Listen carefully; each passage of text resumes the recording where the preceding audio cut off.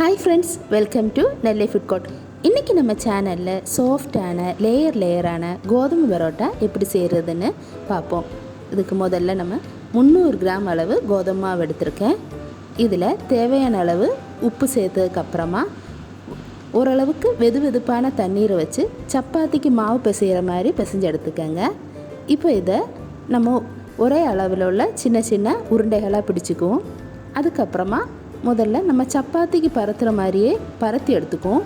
ஆனால் எந்த அளவுக்கு தின்னாக பரத்த முடியுமோ அந்த அளவுக்கு தின்னாக பரத்தி எடுப்போம்.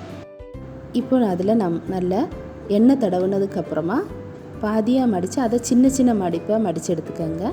அதுக்கப்புறம் அதை திருப்பி போட்டு பின்பக்கம் நல்ல எண்ணெய் தடவுனதுக்கப்புறமா அதையும் இந்த மாதிரி சின்ன சின்ன மடிப்பாக மடித்து எடுத்துக்கோங்க.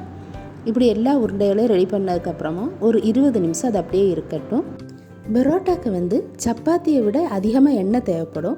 அப்படி எண்ணெய் நம்ம கூட யூஸ் பண்ணால் தான் அந்த டேஸ்ட்டு சாஃப்ட்னஸ் எல்லாம் நமக்கு கிடைக்கும். அதே மாதிரி இது நல்லா இந்த சுற்றி வச்சதுக்கப்புறமா அட்லீஸ்ட் ஒரு 20 நிமிஷமாவது வச்சுருக்கணும். அப்போ தான் அந்த பரோட்டாவில் உள்ள லேயரெல்லாம் கரெக்டாக வரும். அதே மாதிரி பரோட்டாக்கு பரத்தும்போது சப்பாத்தி அளவுக்கு தின்னாக பரத்தக்கூடாது, ஓரளவுக்கு திக்னஸ் வேணும், இல்லைன்னா சீக்கிரம் ட்ரை ஆயிரும். இப்போ பேன் நல்லா காஞ்சதுக்கப்புறமா அதில் போட்டு 2 பக்கம் நல்லா வெந்ததுக்கப்புறமா கொஞ்சமாக எண்ணெய் சேர்த்து எடுத்துடலாம். அதுக்கப்புறம் பரோட்டாவுக்கு நம்ம தட்டுற மாதிரி கொஞ்சம் லேஸ் வாமோடே தட்டி எடுத்துடலாம். இப்போது இதுக்கு பெர்ஃபெக்ட் சைட் டிஷ்ஷான எம்டி சால்னா வீடியோ நான் இதுக்கு முன்னாடி போட்டிருக்கேன்.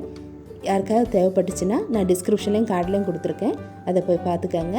இந்த வீடியோ உங்களுக்கு பிடிச்சிருந்துச்சுன்னா லைக் பண்ணுங்கள், ஷேர் பண்ணுங்கள், கமெண்ட் பண்ணுங்கள். மறக்காமல் நெல்லை ஃபுட் கோர்ட்டுக்கு சப்ஸ்கிரைப் பண்ணிடுங்க. தேங்க்ஸ் ஃபார் வாட்சிங்.